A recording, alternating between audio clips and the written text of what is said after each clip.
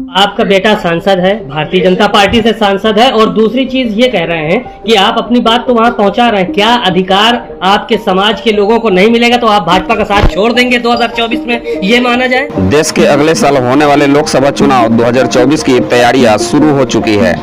तमाम राजनीतिक दल अपनी अपनी रणनीतियां बना रहे हैं। चुनाव में आरक्षण का मुद्दा अहम माना जाता है। उत्तर प्रदेश सरकार में मंत्री और निषाद पार्टी के राष्ट्रीय अध्यक्ष संजय निषाद 28 जून से मझवार जाति के आरक्षण के लिए महासंपर्क अभियान चलाने जा रहे हैं। साथ ही आपको बताते चले, संजय निषाद का कहना है कि उन्हें पूरी उम्मीद है कि लोकसभा चुनाव से पहले उनकी जाति के आरक्षण का प्रस्ताव पास हो जाएगा। साथ ही उन्होंने कहा, हमारा समाज तय करेगा कि आगे क्या करना है। जब पत्रकार ने तीसरे मोर्चे की सवाल किया तो संजय निषाद ने अपनी प्रतिक्रिया दी। उन्होंने कहा कि यह लोग सिर्फ पिछड़े और दलित की बात करते हैं, चुनाव निकल जाने के बाद भूल जाते हैं। पिछड़ों और दलितों को असली सम्मान भाजपा सरकार में ही मिला है। ओम प्रकाश राजभर को लेकर उन्होंने कहा कि उनकी बात का कोई भरोसा नहीं है। सुबह कुछ और कहते हैं और शाम को कुछ और करते हैं। उनकी जाति की लड़ाई भी हम ही लड़ रहे हैं, वह तो सिर्फ बयानबाजी करते हैं।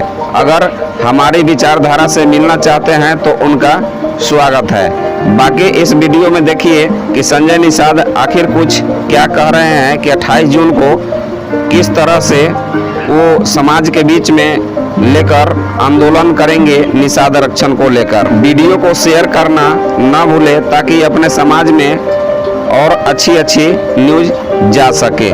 बाकी आप वीडियो में बने रहें और देखिए संजय निषाद और कुछ क्या बोल रहे हैं। 7 जून को जो आरक्षण आंदोलन हुआ तो उसको मैंने धन्यवाद दिया था अपने कार्यकर्ताओं को कि 9 साल बेमिसाल भारतीय जनता पार्टी ने जो काम किया था कि ठीक है, हमारे पत्र को पहली बार 70 साल में आरटीआई से एक्सेप्ट करा है कि हम जो कहते हैं वो सही है, अटेस्ट हो गया है। और अब हमारा मामला माननीय प्रधानमंत्री, माननीय गृह मंत्री के टेबल पर है।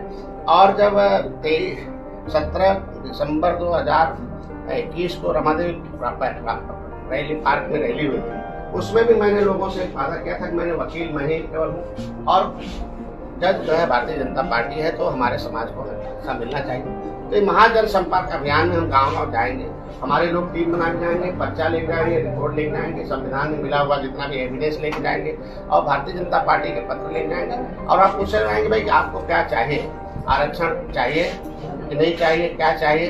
अब जनता जो हमारे सरकार, हमारे जो लोग हैं उनके बीच में जाकर संपर्क करेंगे और जितना भी वहाँ से रिपोर्ट आएगा, जो भी उनकी सहमति या सहमति आएगी, उसको हम भारतीय जनता पार्टी को सौंपेंगे। और फिर सर ये एक सवाल ये था कि आप जो है वो सरकार में मंत्री हैं, कैबिनेट मंत्री हैं, अपने समाज के हक हुकूक आप खुद नहीं दिला पा रहे हैं तो दूसरे समाज के लिए क्या काम करेंगे? आप खुद जो है रिक्वेस्ट लगातार कर रहे हैं, देखा जा रहा है। आप सती चौराहा जो आपका बना हुआ है उसके लिए बजट नहीं ले पाए, इनको अनुसूचित जनजाति में शामिल नहीं करा पाए।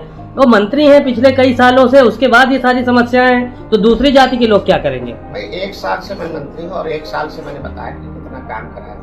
ये पहली बार है कि जो हम ज्ञापन देने जाते थे तो डंडे खाते थे और इधर उधर जेल में और हम लोगों को किस तरीके से प्रताड़ित होना पड़ता था, सारी गाड़ियां फूंक दी जाते थे और फर्जी मुकदमे।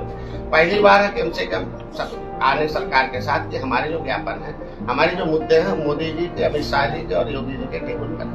पहले भी माननीय मुख्यमंत्री जी हमारी आवाज को सदन में उठा चुके हैं, वो भी वीडियोज हैं, वो भी लड़ते रहे। ये मामला चूंकि अब केंद्र सरकार से संबंधित है, चूंकि जब हाई कोर्ट ने ऑर्डर कर दिया कि जो मामले जो मझवार के हैं, जो फिशरमैन कम्युनिटी के पिछड़ी जातियों के जो अनुसूचित जाति में शामिल है और उनके जारी प्रमाण पत्र जारी करने के मामले केंद्र सरकार के, तो केंद्र सरकार तक हमको अपनी बात पहुंचाना है। केंद्र सरकार में इसीलिए 2024 से पहले हम चाहते हैं, इलेक्शन से पहले हम अपने समुदाय को क्या कहेंगे, किस आधार पर मैं 2019 में वोट दिलवाया, 2022 में वोट दिलवाया, 2023 में वोट दिलवाया कि नदियों के किनारे जो बड़े बड़े शहर थे। तो 2024 में हम केंद्र सरकार को इसलिए मैसेज डालना चाहता हूँ कि वो मैं उनको 2024 से पहले इनके आरक्षण को लागू करा दे, जिससे कि हमें लगे कि हम भी क्या कह के जाएंगे कि भाई आपको वादा किया था केंद्र में और राज्य में सरकार है। आप ही की बात मैं सहमत हूँ कि निश्चित रूप से होना चाहिए। उत्तर प्रदेश में मैंने इनको लिए बहुत कुछ करवाया। मैंने मछुआ कल्याण कोष की स्थापना कराई, इनके शिक्षा के लिए कोषों से दूर रहे, इनके रोजगार के लिए मुख्यमंत्री संपदा जो ना निषाद राज बोर्ड जो ना मुख्यमंत्री संपदा, इसके लिए मैंने धरातल पर लाया, जिसमें मैंने बहुत लोगों को जोड़ा। लेकिन जो मुख्य मुद्दा हमारा जो पार्टी का एजेंडा है आरक्षण का, और केंद्र सरकार के पाले में और केंद्र सरकार से ही हम राज्य सरकार से जो पत्र लिखवाना था, जो राज्य सरकार से भेजवाना था, मैंने भेजवा दिया। उस पर पॉजिटिव रहा है और निर्णायक दौर रहा। तो निर्णायक दौर पर लेने के लिए, निर्णय कराने के लिए हमें संघर्ष की आवश्यकता है। आपका बेटा सांसद है, भारतीय जनता पार्टी से सांसद है, और दूसरी चीज ये कह रहे हैं कि आप अपनी बात तो वहां पहुंचा रहे हैं, क्या अधिकार आपके समाज के लोगों को नहीं मिलेगा तो आप भाजपा का साथ छोड़ देंगे 2024 में, ये माना जाए? देने के लिए तो भारतीय जनता पार्टी देगी केंद्र में। कांग्रेस ने तो हमारी फाइल नहीं दायर कराई होती, कांग्रेस मुकुल वासनिक और शैलजा ने। जिस फाइल में लिखा, राष्ट्रपति ने जो नोटिफिकेशन किया था कि केवट मल्ला मरवार है और जो है जो शिल्पकार हैं, तमाम जो 66 समूह अनुसूचित जातियों के हैं, उस समूह के जो उपजातियां हैं, जो सरनेम है, उनको इनको मिलनी चाहिए। उस फाइल को आर्कोलॉजी डिपार्टमेंट से मुकुल वासनिक और शैलजा ने लिखित रूप से मंगाया था, फिर दोबारा जमा नहीं किया और उनके खिलाफ नई दिल्ली संसद भवन मार्ग में हम लोगों ने मुकदमा दर्ज कराया था। तो ऐसी स्थितियों में कांग्रेस ने अपना चेहरा दिखा दिया हमारे आरक्षण के प्रति। समाजवादी पार्टी हमें उलझाती रही, शामिल करेंगे। ऑलरेडी हम शामिल रहे हैं और विमुक्ति जनजाति का जो हमारा आरक्षण मिला था वो भी बंद करा दिया। बहुजन समाज पार्टी हमारे लिए रोक लगाती है, हमारे तालघाट नदी जो बर्फी की जमीन छीन लिया। तो ऐसे में भारतीय जनता पार्टी जो भी हमारा दिशा आरक्षण का पहली बार है कि आरक्षण के मुद्दे पर मिलना, आरक्षण के मुद्दे पर पत्र आगे बढ़ाना, उस पर RGI की रिपोर्ट लगवाना, पॉजिटिव रिपोर्ट लगवाना, तो करेगी तो भारतीय जनता पार्टी ही करेगी। तो इसलिए हम छोड़कर जाएंगे कहाँ, जाकर कहाँ करेंगे? दूसरी जगह तो किसी के पास पावर है नहीं, जिनके पास पावर था उन्होंने किया। एक सवाल मंत्री जी ये है कि अखिलेश यादव लगातार बोल रहे हैं कि भाजपा आरक्षण विरोधी है, वो इन जातियों का हक मान रही है आरक्षण का। ये नहीं कहा जा सकता। अगर आरक्षण विरोधी होती तो कोर्ट ने आरक्षण खत्म किया था पिछड़ों का। आपने देखा होगा पिछली सरकारों की कमियों की वजह से आयोग का गठन नहीं किया था और टिप्पणी लगा कि हाईकोर्ट ने कह दिया बिना आरक्षण के आप जो है नगर निगम का चुनाव कराइए।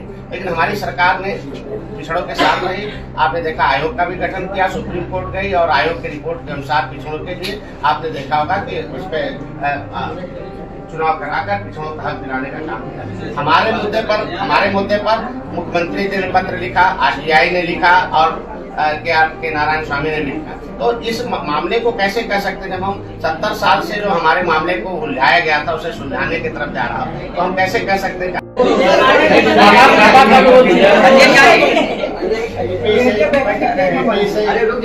लागू कराकर उन्होंने उस कलम को सख्ती को दिखाया था। उससे पहले की जो सरकार थी कांग्रेस की, वो हमेशा उस आयोग की रिपोर्ट को टोकरी में पड़ा है। कभी वही अमेरिका मोदी जी को जो है वो वीजा देने से मना करता था, आज वो मोदी के नारे विधान सदन में लगवा रहा है। तो हमारी कार्यकुशलता, हमारी सरकार की कार्यकुशलता दुनिया में दिख रही है। अर्थव्यवस्था आज 9 साल पहले 10वें नंबर पर थी। अर्थव्यवस्था से सारी व्यवस्था होता है, विकास होता है। भारत सोने की चिड़िया थी, तब हमारी अर्थव्यवस्था G20 का नेतृत्व कर रहे हैं।